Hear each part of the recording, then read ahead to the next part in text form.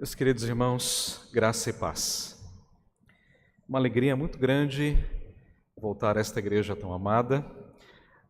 E cada vez que eu venho aqui, existe um momento muito marcante.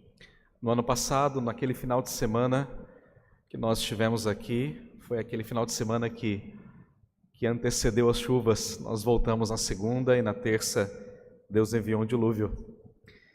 E desta feita, a nossa presença aqui é marcada pelo retorno do reverendo Daniel, nosso irmão e amigo, e nós nos alegramos por isso e nos alegramos com isso. Deus seja louvado pela vida dele, pelo seu ministério. Deus seja louvado por esta igreja. Obrigado, presbítero Isaac, pelo convite, pela alegria de estar aqui, de ensinar a palavra aos irmãos no CETERGS. Vamos abrir a Escritura na carta ou no livro do Apocalipse, capítulo 2.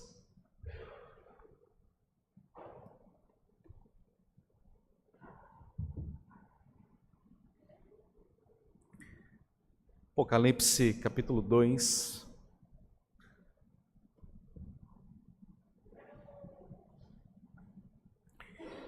À luz desta passagem de Apocalipse 2, de 1, ou melhor, do 8 ao 11, o tema da minha mensagem é: seja fiel até a morte. Seja fiel até a morte. Esse é o meu assunto hoje à noite. Vamos ler com atenção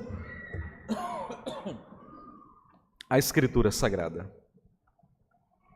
Assim diz então a palavra do nosso Deus, palavra inspirada, inerrante, fiel e autoritativa. Ao anjo da igreja em Esmirna escreve: estas coisas diz o primeiro e o último que esteve morto e tornou a viver. Conheço a tua tribulação, a tua pobreza, mas tu és rico, e a blasfêmia dos que a si mesmos se declaram judeus e não são, sendo antes sinagoga de Satanás. Não temas as coisas que tens de sofrer. Eis que o diabo está para lançar em prisão alguns dentre vós, para ser dispostos à prova, e tereis tribulação de 10 dias. Sê fiel até a morte, e dar-te-ei a coroa da vida. Quem tem ouvidos, ouça o que o Espírito diz às igrejas. O vencedor, de modo algum, sofrerá dano da segunda morte. Esta é a palavra do nosso Deus. Vamos orar mais uma vez e pedir que o Senhor nos ilumine, nos dê compreensão da sua palavra. Querido Deus e Pai, nós estamos diante da tua palavra nesta noite, cultuando, adorando e bendizendo o teu nome.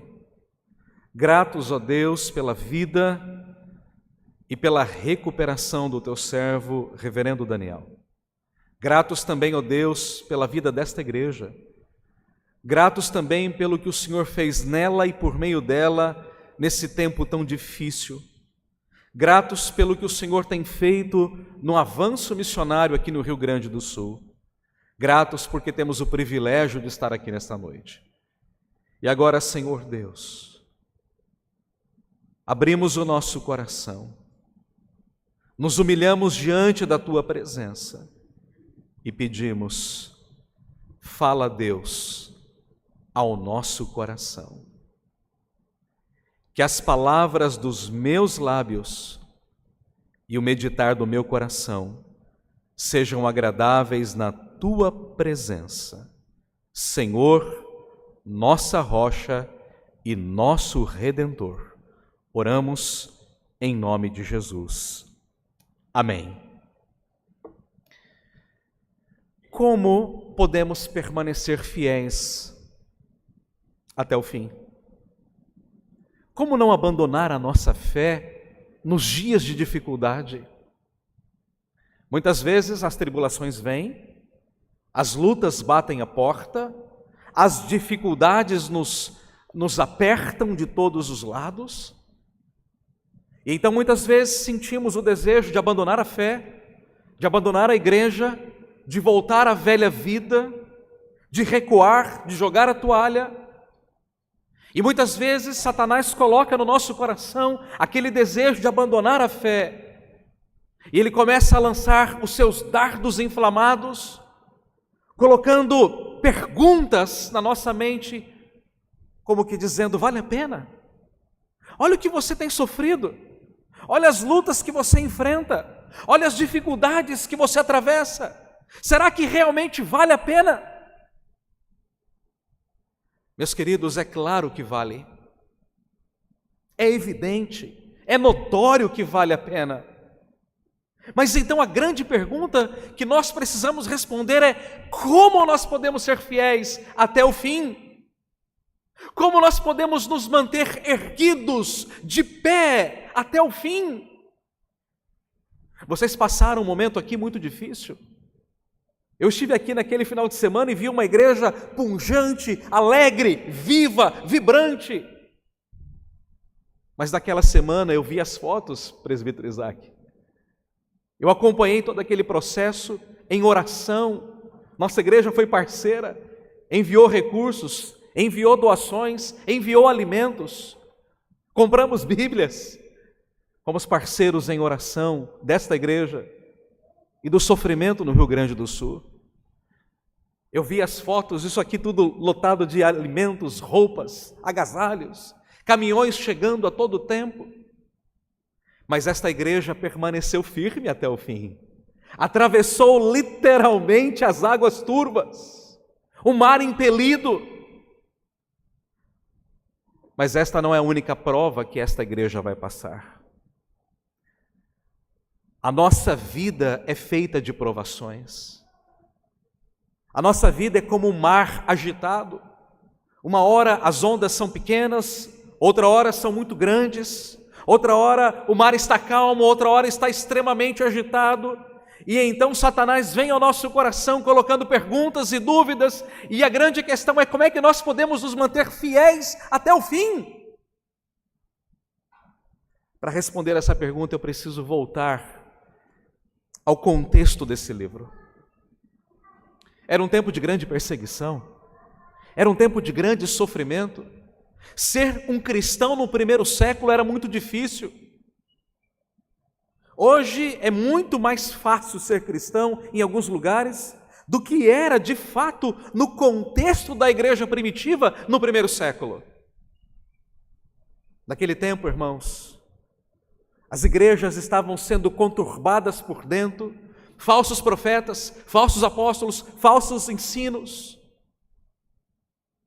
Mas por fora a igreja era apertada pelo Império Romano, debaixo do domínio de um déspota, tirano, perseguidor chamado Domiciano. Os cristãos morriam de várias maneiras. Eram decapitados, mortos ao fio da espada, jogados em tambores de óleo fervente. Outros eram pregados em cruzes, eram banhados a óleo e pegavam fogo, iluminavam as ruas, os parques. Outros tinham mortes mais trágicas. Eram lançados nas arenas romanas e eram comidos por feras, por leões, esfaimados, famintos, famílias inteiras, crianças, idosos. E aquilo então era um espetáculo aos olhos dos romanos. Ser um cristão no primeiro século, querido, significava ter os seus bens apreendidos, os seus bens esbulhados, arrancados à força. Você perdia o seu emprego quando tinha um, você não conseguiu um emprego quando procurava um, você podia perder a sua própria vida ou a sua família. Ser um cristão no primeiro século era enfrentar perseguição em cima de perseguição, e então os cristãos iam de um lado para o outro, buscando algum lugar, algum refúgio.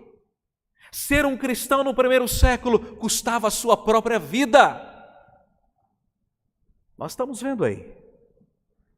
A perseguição está aumentando. Se você entrar no site das Portas Abertas, Missão Portas Abertas, você vai ver o ranking dos países que mais perseguem os cristãos. Uma agência que monitora isso mostrou recentemente, 7.000 cristãos foram mortos na Nigéria. Então, no primeiro século, você tinha duas opções. Ou você mantinha a sua fé em Jesus, ou você negava Jesus. E se você mantivesse a sua fé, isso custaria certamente a sua vida. Mas então, diante desse cenário, nós nos deparamos com quem? Um homem de aproximadamente 90 anos, 95 anos. Seu nome era João, o apóstolo, o amado, o escritor do Evangelho, das cartas. João então está banido na ilha de Pátimos, era uma colônia prisional a 60 quilômetros de onde hoje nós conhecemos como a Turquia. E João está ali banido, preso por causa do Evangelho, por causa de Cristo. E João então está recebendo as informações que vinham de todos os lados. João foi pastor na Ásia Menor.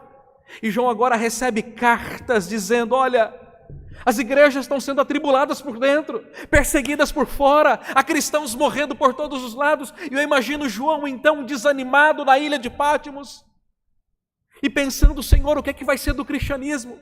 Senhor, qual vai ser o futuro da igreja? Mas então diz a Escritura que no dia do Senhor, isto é, no domingo, isso está lá no capítulo 1, versículo 9. Versículo 10 diz: achei-me em espírito. Na sua Bíblia está com letra minúscula, mas a melhor tradução aqui é com letra maiúscula, porque na verdade João não estava de forma espiritual, mas estava tomado pelo Espírito do Senhor. E então João, cheio do Espírito, no dia do Senhor, isto é, no domingo, no dia da ressurreição, Jesus foi até ele. Irmãos, você se lembra? Isso aqui é o ano 95 depois de Cristo aproximadamente. Jesus morreu no ano 33, então havia se passado 60 anos desde a última vez que João esteve com Jesus. E agora, depois de 60 anos, Jesus aparece diante de João, mas não mais pregado na cruz, não mais com chagas nas mãos e nos pés e na sua costela, mas Jesus agora aparece a João glorificado. E eu não vou ler para você, essa vai ser a sua tarefa de casa. Mas Jesus se revela glorificado. Jesus está coberto com vestes talares, dos seus ombros até os pés, uma veste sacerdotal.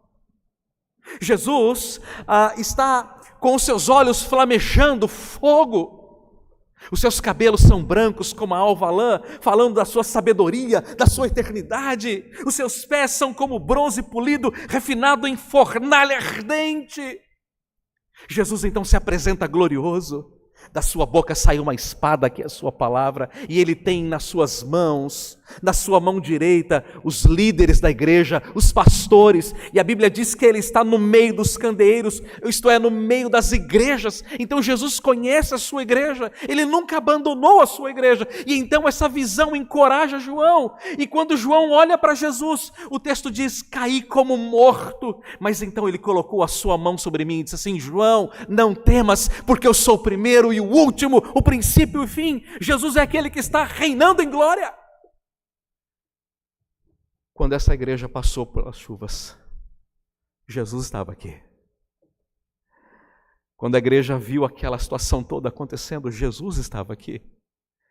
Jesus estava no controle desta igreja, sempre esteve, reinando sobre tudo e sobre todos, porque Jesus é soberano. Jesus é o Senhor sobre todas as coisas. Ele reina de eternidade a eternidade. As igrejas podem enfrentar lutas e tribulações, mas Jesus continua reinando de glória em glória, porque Ele é o Senhor sobre todas as coisas. Não há nada que não esteja nas mãos de Cristo. Ele é o Deus soberano, exaltado nos céus e na terra. E então, essa visão que João tem de Jesus é uma visão encorajadora. Encorajadora, saber que Jesus está no controle. João não está só, as igrejas não estão só, porque Jesus está no meio dela, reinando soberanamente. Mas essa visão quem teve foi João. O que é que Jesus então ordena a João agora? Que João então escreva escreva esta visão. E faça o quê? E envie as 7 igrejas da Ásia Menor. Igrejas estas que não estão descritas de maneira aleatória no versículo 11. Éfeso, Esmirna, Pérgamo, Tiatira, Sardes, Filadélfia, Laodiceia. Se você olhar para o mapa das 7 igrejas, essas igrejas formam uma espécie de uma ferradura.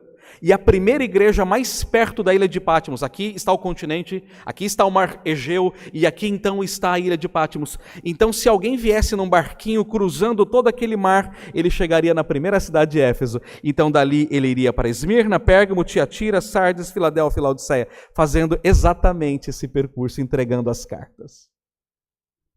E o que é que Jesus então faz? Jesus diz assim para João: João, escreve isto. E manda João às 7 igrejas, para que esta mensagem também encoraje os irmãos que estão desanimados. E se você notar, querido, há 3 coisas. Quando nós examinamos as 7 igrejas, há 3 coisas que afligem as igrejas. E cada uma delas é aflita por uma coisa, ou até por 2. O esfriamento espiritual. O esfriamento espiritual. A perseguição é outro elemento. A dificuldade ou a pobreza. São os elementos que mais assolam. Um outro deles que eu poderia anexar seria o mundanismo, além das dificuldades. Perseguição, esfriamento, mundanismo e pobreza. Dificuldade. Quando você olha, veja na sua Bíblia, a primeira carta é dirigida à igreja de Éfeso. Qual era o problema de Éfeso? Não era o mundanismo, não era a perseguição, não era a pobreza, mas era o esfriamento. O problema da igreja de Éfeso é que ela abandonou o seu primeiro amor. E agora Jesus olha para essa igreja e diz no versículo 4: tenho porém contra ti que abandonaste o teu primeiro amor. Lembra-te, pois, de onde caíste, arrepende-te, volta à prática das primeiras obras, senão venho a ti e moverei o seu candeeiro do teu lugar, caso não te arrependas. Qual era o problema dessa igreja? Era uma igreja operosa?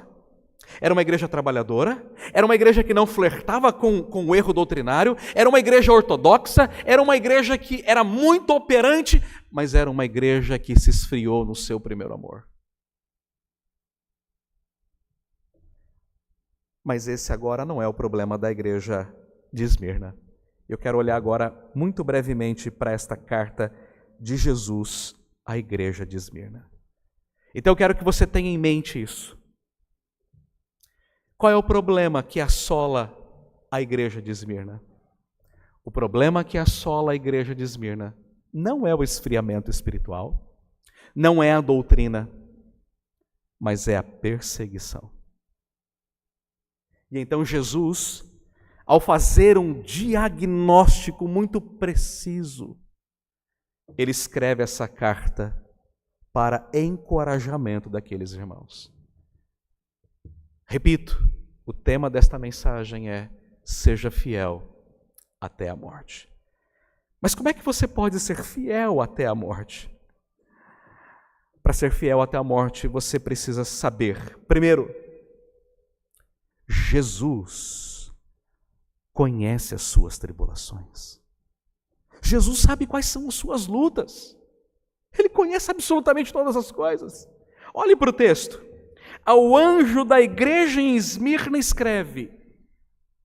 Vamos lembrar um pouco da cidade de Esmirna. Esmirna era uma cidade não tão populosa como Éfeso. Éfeso era enorme. Alguns falam em 400, 500 mil habitantes. Esmirna não era tão grande assim. Porém, Esmirna era uma cidade extremamente rica. Ela era uma região de comércio, era o principal porto da Ásia Menor. Então todo o comércio entrava por Esmirna. E Esmirna se gloriava disso, somos uma cidade rica. Não só rica materialmente, mas era bonita e estratégica na sua geografia. Ela se autoproclamava como a coroa da Ásia Menor. A geografia dela lembrava uma coroa. Era uma cidade cercada por montanhas, bonita. Era uma cidade turística. Então era uma cidade muito rica, muito abastada. Essa era a cidade de Esmirna. Mas a cidade de Esmirna tinha um problema. Era uma cidade extremamente idólatra. Lá tinha o culto ao imperador. Era uma cidade extremamente fiel a Roma. Sempre foi. Sempre foi. E lá na cidade de Esmirna havia vários templos pagãos. A deusa Roma, ao deus Netuno, ao deus Apolo. Então era uma cidade extremamente paganizada, embora rica, muito bem localizada e de geografia muito boa. Então, neste contexto, está inserida a igreja de Esmirna. E como é que era a igreja de Esmirna?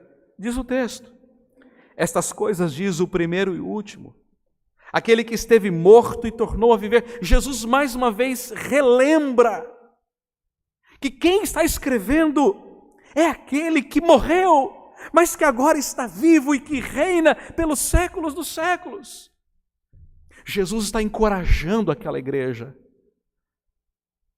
Lembrem-se, eu costumo dizer que ser um cristão no primeiro século era estar numa morsa. Já viram aquela morsa? Não aquele animal marinho, mas aquele instrumento que fica preso numa bancada. Ele tem uma peça de ferro de um lado, outra de ferro do outro lado, e um eixo, e uma alavanca.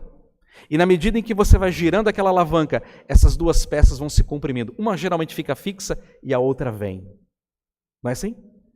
E aí você vai apertando a alavanca, vai girando a alavanca, e a morsa vai comprimindo.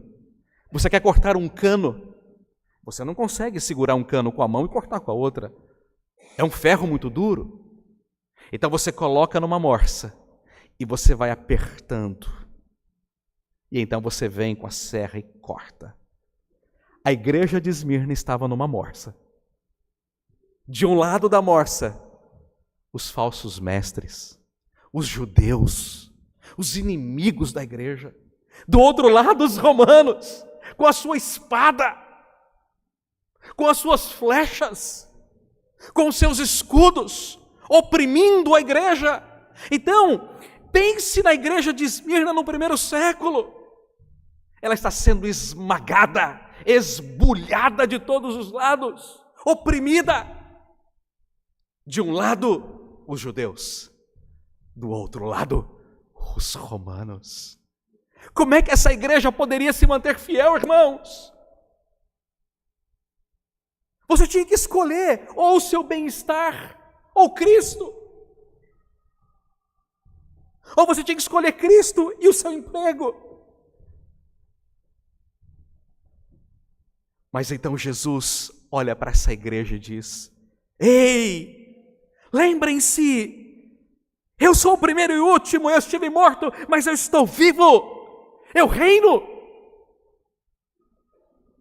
E por isso, versículo 2, ou versículo 9, conheço a tua tribulação. Que tribulação? A tua pobreza. Essa era a luta daquela igreja. Era uma igreja pequena.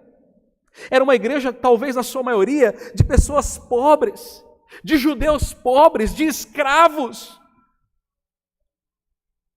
Irmãos, eles não tinham um templo bonito e confortável como esse, onde eles pudessem congregar. Os templos começam a surgir depois do século IV, século V. As igrejas se reuniam em casas, se reuniam em florestas, se reuniam em pequenos lugares.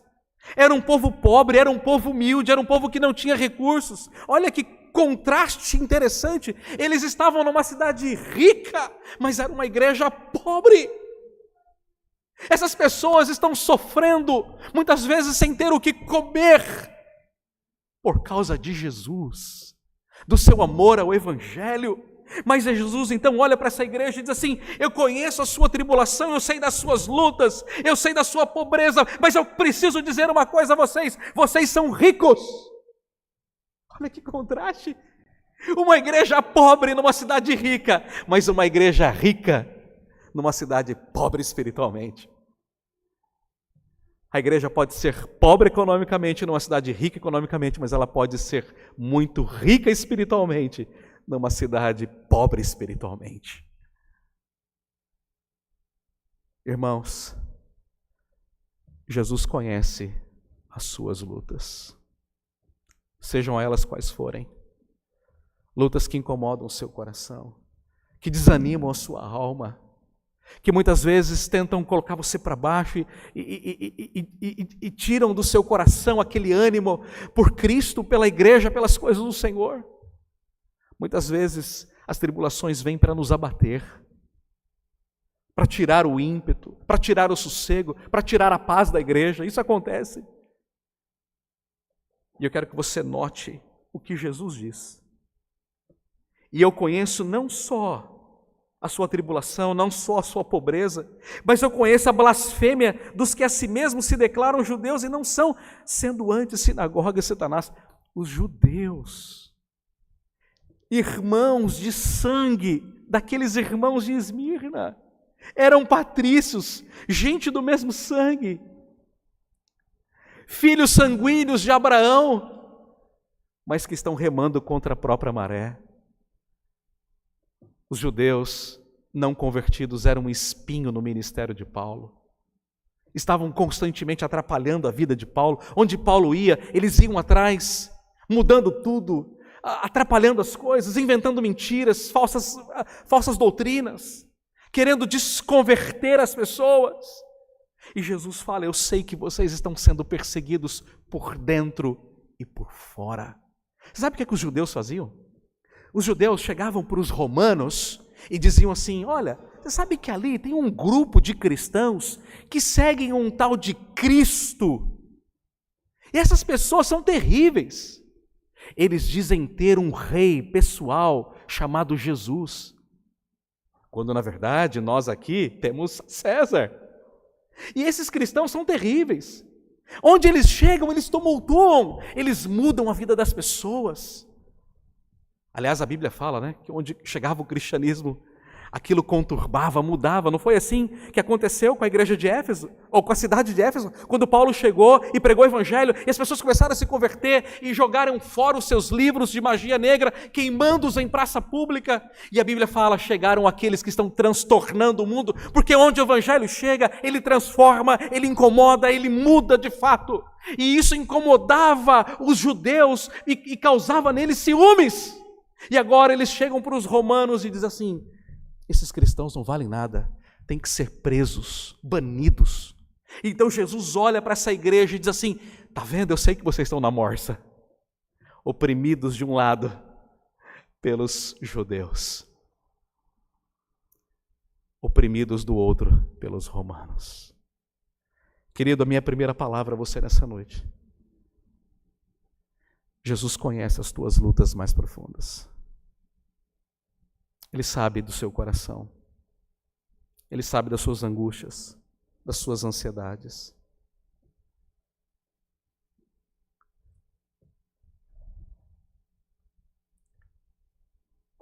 Pastores também sofrem. Pastores também padecem. Pastores também enfrentam lutas profundas.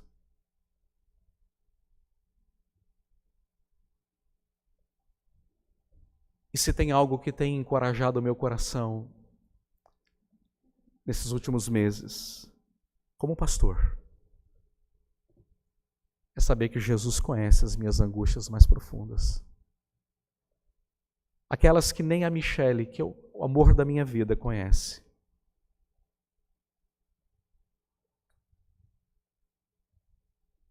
Mas conhecer não significa um conhecimento exterior, efêmero, vazio, inócuo. O conhecimento de Jesus significa importar-se com. Eu conheci a luta de vocês aqui durante as chuvas, mas eu não estava aqui. Mas quando a Bíblia diz que Jesus conhece, não significa que ele vê de longe, mas significa que ele age de perto. Ele vem ao seu coração para trazer paz e consolo nos dias difíceis. Eu me lembro de ter ouvido uma pregação de um pastor americano e aquela pregação ardeu meu coração. E eu tenho ouvido essa pregação ano após ano, e depois descobri o e-mail dele, temos mantido contato. E ele pregou esta visão gloriosa de Jesus em Apocalipse 1, de 9 a 20. E ele contou nessa pregação que um dia uma mulher foi a ele no gabinete pastoral e ela estava extremamente atribulada, arrasada no seu coração. E então aquele pastor disse para ela escrever essa visão num papel e colocar na bolsa dela, e toda vez que ela se sentisse desanimada, ela deveria ler aquela visão. Então toda vez que ela estava num ponto de ônibus, ou em algum lugar, ou num shopping, ou numa situação qualquer, ela abria a sua bolsa, e você sabe que em bolsa de mulher tem um monte de coisa, né? Tem, assim, você pede uma coisa, ela tem, você pede um lencinho umedecido, ela tem, é uma coisa impressionante. Mas ela tinha ali na bolsa dela, de maneira estratégica, a cópia dessa visão. E ela tirava aquilo e ela lia a visão de Jesus glorificado. E depois de um mês ela voltou ao pastor dizendo: pastor, essa visão de Jesus tem encorajado a minha vida. Olhe para Jesus, querido. Ele vai encorajar a sua vida nos dias difíceis. Ele tem encorajado a minha vida, acredite. Eu tenho enfrentado lutas profundas no meu ministério. Mas Jesus tem dado encorajamento porque Ele me conhece. Ele sabe que eu o amo. Outro dia eu voltava de um funeral. Era um domingo depois do almoço. E eu estava ouvindo aquele velho hino, Amazing Grace, surpreendente graça, composto por John Newton. E esse hino expressa exatamente aquilo que nós somos.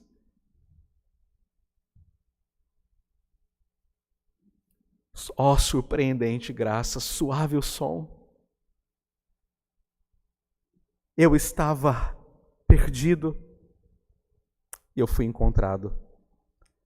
Eu estava cego, agora eu vejo. Amazing Grace. Eu comecei a chorar no meu carro, eu estava só. E eu encostei o carro. Eu disse: Senhor, muito obrigado. O Senhor me amou. As lutas que eu estou enfrentando não são nada. O Senhor me amou. Eu estava perdido, o Senhor me encontrou. Eu estava cego, o Senhor me deu a visão.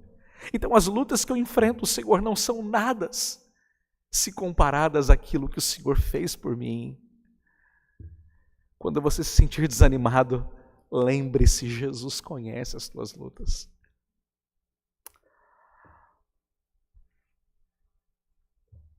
Mas em segundo lugar, querido,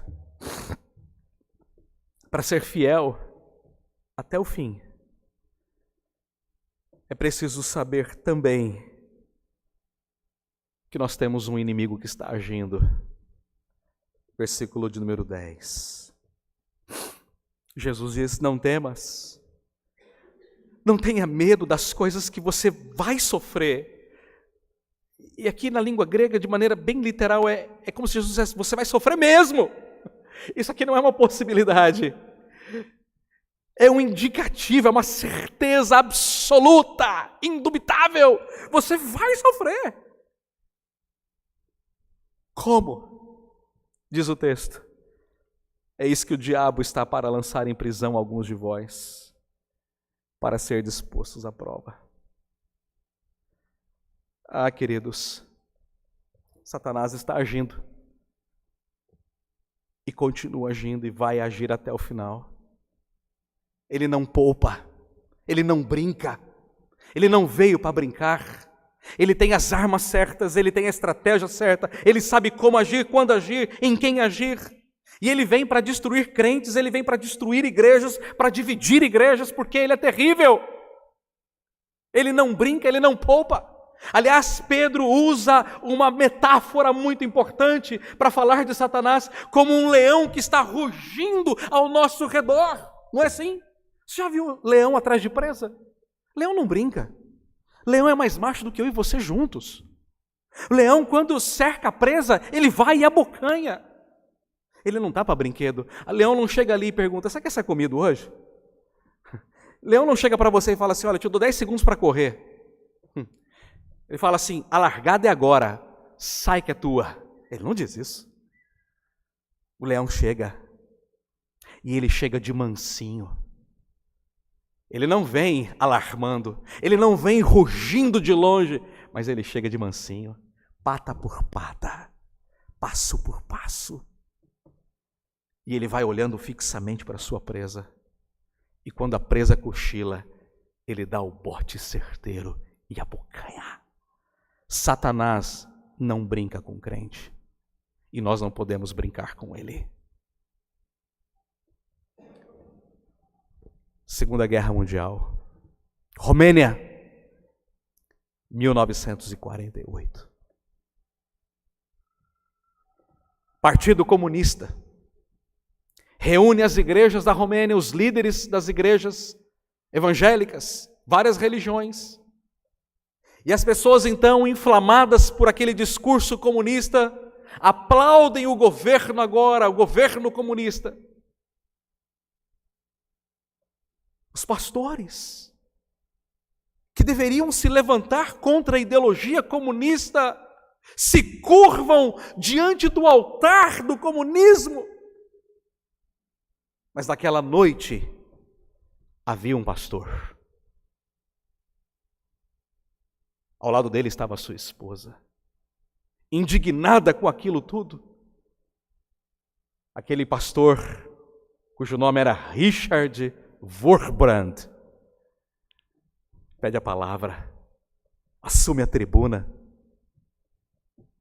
e fala: o nosso Deus é Jesus Cristo. Ele é o nosso Senhor. E a nossa esperança não está no comunismo, mas em Cristo que por nós morreu. Um ano depois, Richard é preso, dado como morto, vai à prisão. Passou 14 anos sendo torturado, 14 anos, dos quais 3 em solitária, sem ver absolutamente ninguém, sequer à luz do sol. Quando torturado mais intensamente, era colocado num caixote, cheio de pregos por cima e dos lados, e ali ele tinha que dormir. Se amolecesse o corpo, ele era sangrado pelos pregos. Depois de 3 anos na solitária, ouvindo uma gravação que dizia: Deus não existe, o comunismo é bom. Deus não existe, o comunismo é bom. Deus não existe, o comunismo é bom. Quando tiraram ele daquela cela, perguntaram a ele: quem é você? Eu não sei. Quantos anos você tem? Eu não sei. Onde você está? Eu não sei. Então agora diga comigo: Deus não existe, o comunismo é bom. Ele para e diz: o Senhor é o meu pastor e nada me faltará.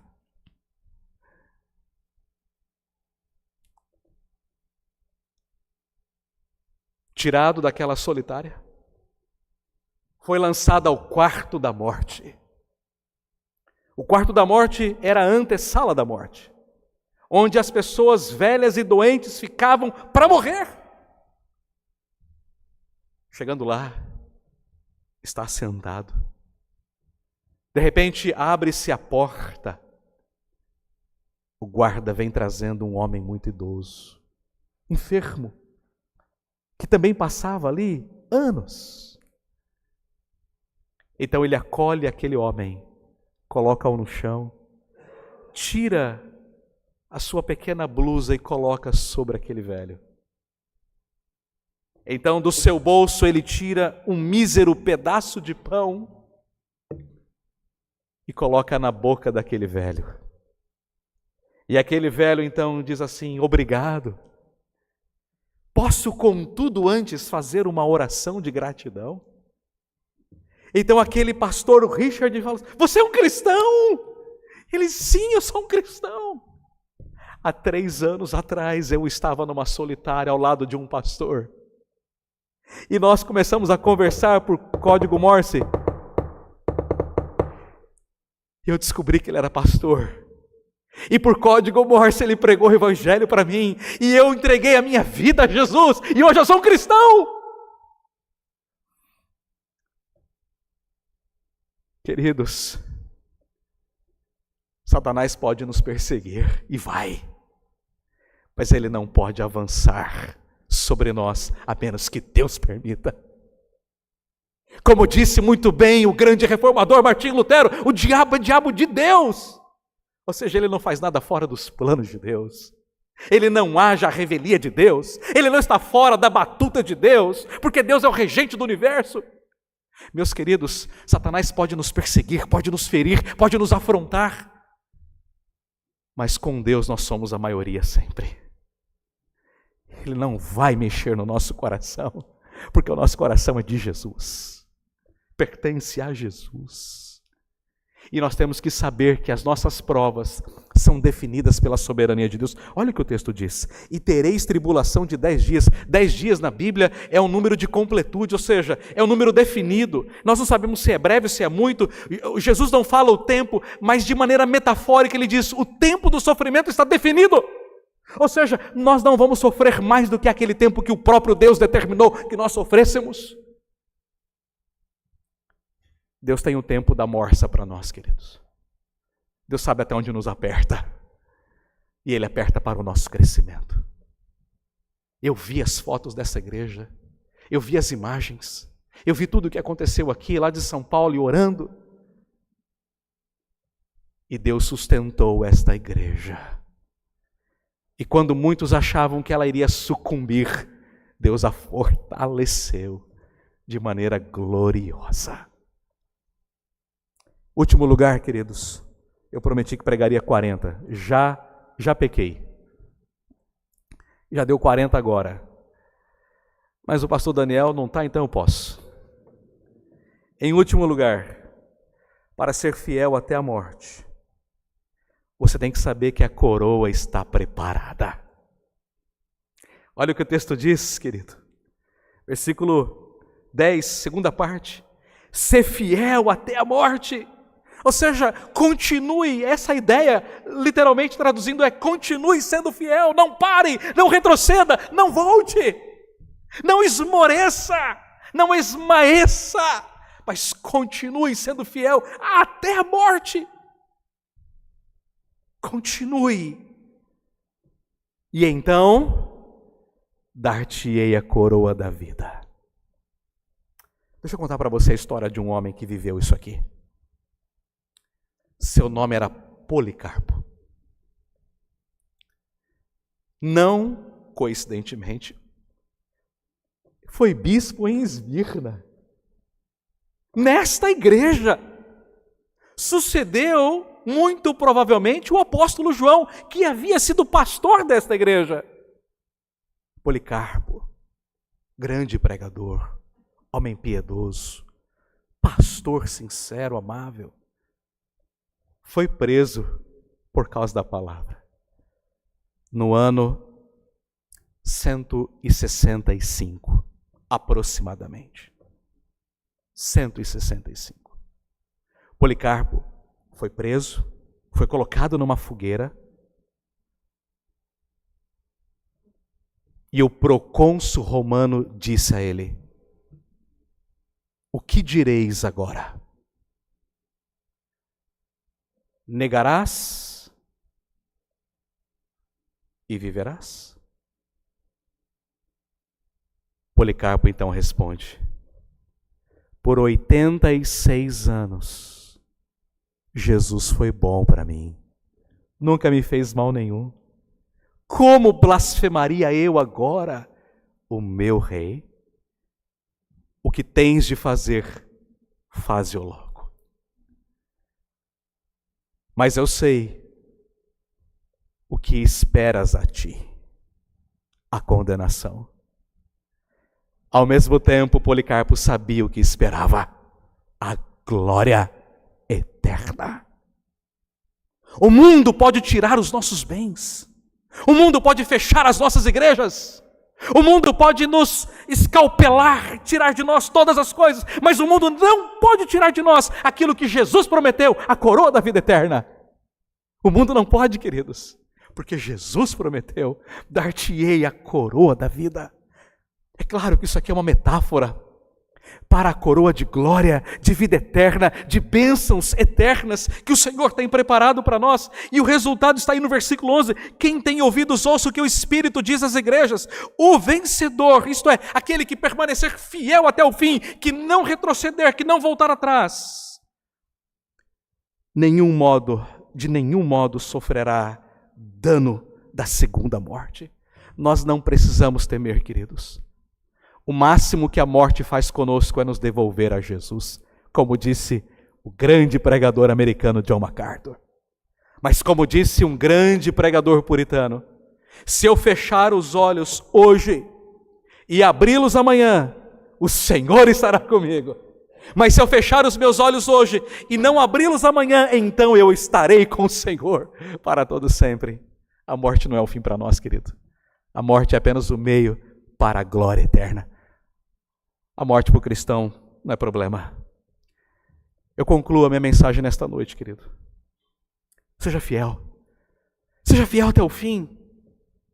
Não desanime, não retroceda. As lutas virão, pessoais, no trabalho, na família, na igreja. Satanás vai agir, ele vai operar, ele vai atacar, ele vai semear contenda de todo lado, mas continue sendo fiel, não retroceda. Olhe para Jesus, autor e consumador da sua fé. Sabe por quê? Porque Paulo disse que a momentânea tribulação deste tempo presente não se compara com a glória que há de ser revelada em Cristo Jesus. Não se compara, querido. Sabe por quê? Porque nem olhos viram, nem ouvidos ouviram, nem jamais penetrou em coração humano o que Deus tem reservado para aqueles que o amam. E naquele dia, querido, Ele enxugará dos nossos olhos toda lágrima. E já não haverá mais morte, nem pranto, nem luta, nem dor, porque todas as coisas passaram, e eis que tudo se fez novo pelos séculos dos séculos. E então, queridos, nós seremos ricos por toda a eternidade.